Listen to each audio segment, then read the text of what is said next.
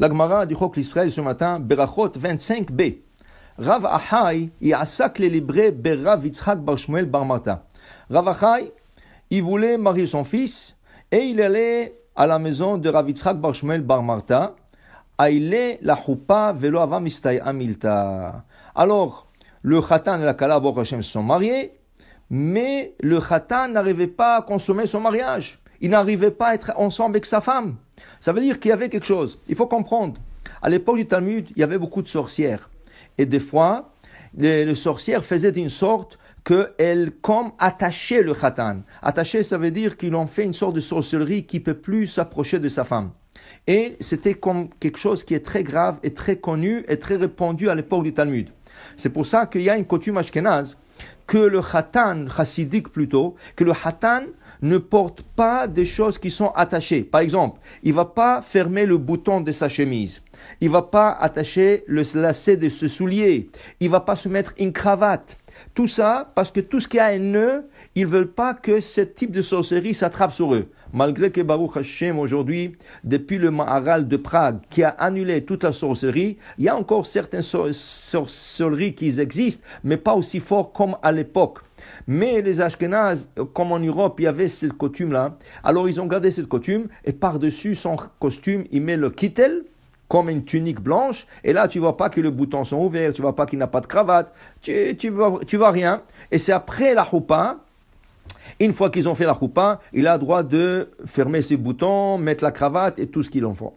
Alors voilà dans notre Gemara, Rav Achai, il a marié son fils, et le fils n'arrivait pas à s'approcher de sa femme. Azal batre le eyone. Il est parti chez eux à la maison pour voir.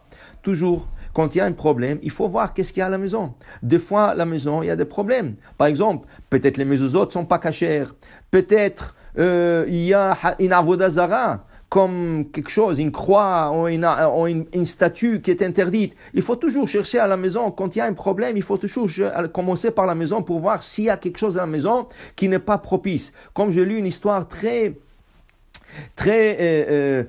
importante en Israël qui est arrivée, il y avait un couple qui n'arrivait pas à avoir des enfants. Et un des grands rabbanim, il leur a dit, un kabbaliste, il leur a dit, il y a quelque chose qui ne va pas dans votre chambre à coucher. Ils ont vérifié la mezouza, ils ont vérifié tout ce qu'il faut, mais ils n'ont rien trouvé. Un jour, la femme, elle a dit à son mari, tu sais quoi, peut-être on va changer le meuble dans la maison. Et il avait comme une armoire murale.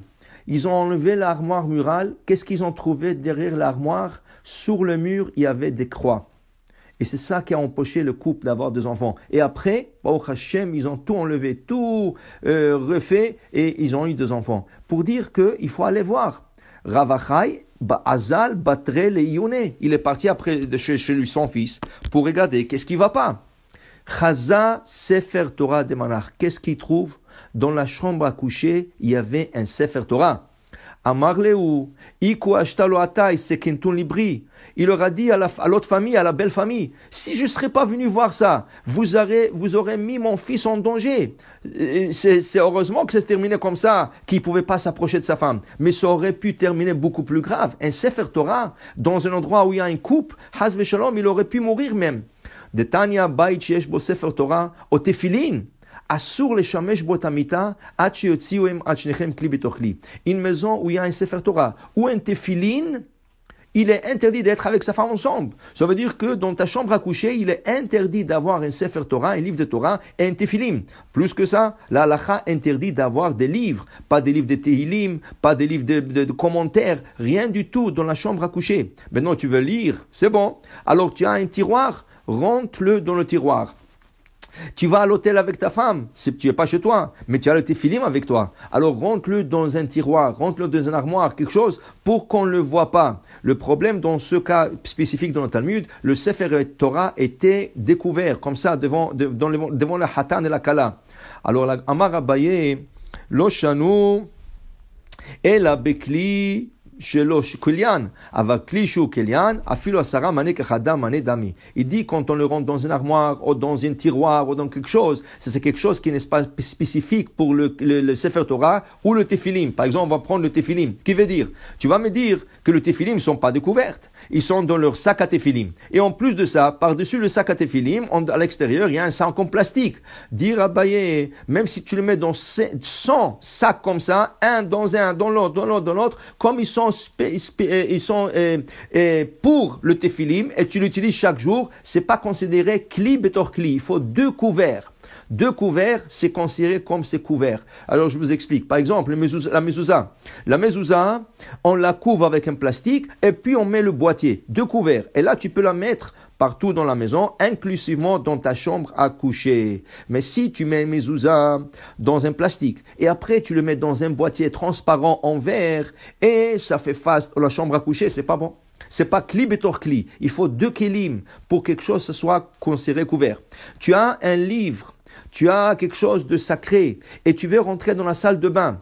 Tu le gardes toujours sur toi et tu rentres dans une salle de bain publique ou quoi que ce soit. Si il est dans un sac, dans un petit sac, et tu le mets dans la poche, qui est un deuxième sac, c'est considéré kli betor kli. Il faut 2 couverts pour que la chose qui est sacrée soit considérée comme couverte et ce serait permis de rentrer avec elle dans la salle de bain. Alors, dans ce cas, le Sefer Torah n'était pas couvert. Amar Rabbi Yoshua ben Levi, qu'est-ce qu'il fallait faire? Sarich la'asot lo mechitza asara. Qui veut dire, à l'époque, c'était des studios, il n'y avait pas des maisons, des chambres. Il y avait une chambre, la cuisine était dedans, la salle manger était dedans, tout était dedans. Alors, comment tu peux dormir dans un studio où il y a un Sefer Torah? Tu fais un rideau. Mechitza, tu fais un rideau, gavoa asarat fachim, qui est au moins 1 mètre haut, et là tu mets le Sefer Torah derrière cela. Alors, si tu l'as fait comme ça, c'est comme si le Sefer Torah se trouve dans une autre chambre, et là, il n'y a aucun problème si le Hatan et la Kala, ou le mari et la femme sont ensemble, et le Sefer Torah se trouve dans une autre chambre. Marzutra ikle le beravashi, chazier le dourte de marabarashi, de manach be Sefer Torah, va vid le mechitza asara. Marzutra dit la Gemara, il est parti voir Ravashi, il a vu que chez lui à la maison, il y avait ce rideau avec la mechitza. Amar le keman, d'où tu as appris cette halakha? Ake Rabbi Yoshua ben Levi. Comme Rabbi Yoshua ben Levi. Il lui a dit, mais pourquoi tu as fait ça?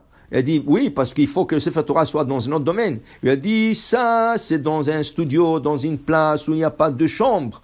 Mais vous, que vous avez une autre beta achrina, vous avez une autre chambre, on n'a pas le droit de faire ça. Tu dois le mettre dans l'autre chambre carrément. Ça, c'est dans le cas qu'on appelle des cas de force majeure, qu'on ne peut pas avoir 2 chambres. Et là, le Sefer Torah est présent, alors on met ce rideau. Mais si tu as une autre chambre, il faut dédier le chambre pour le Sefer Torah et tu le places là-bas. Amarle lavadata. Il dit, voilà, je n'ai pas fait attention à cela et c'est bien que tu es venu me le dire. Alors pour vous dire, un Sefer Torah, un Tephilim, des livres, il faut leur donner le respect. Baruch Adonai Le'olam. Amen ve Amen.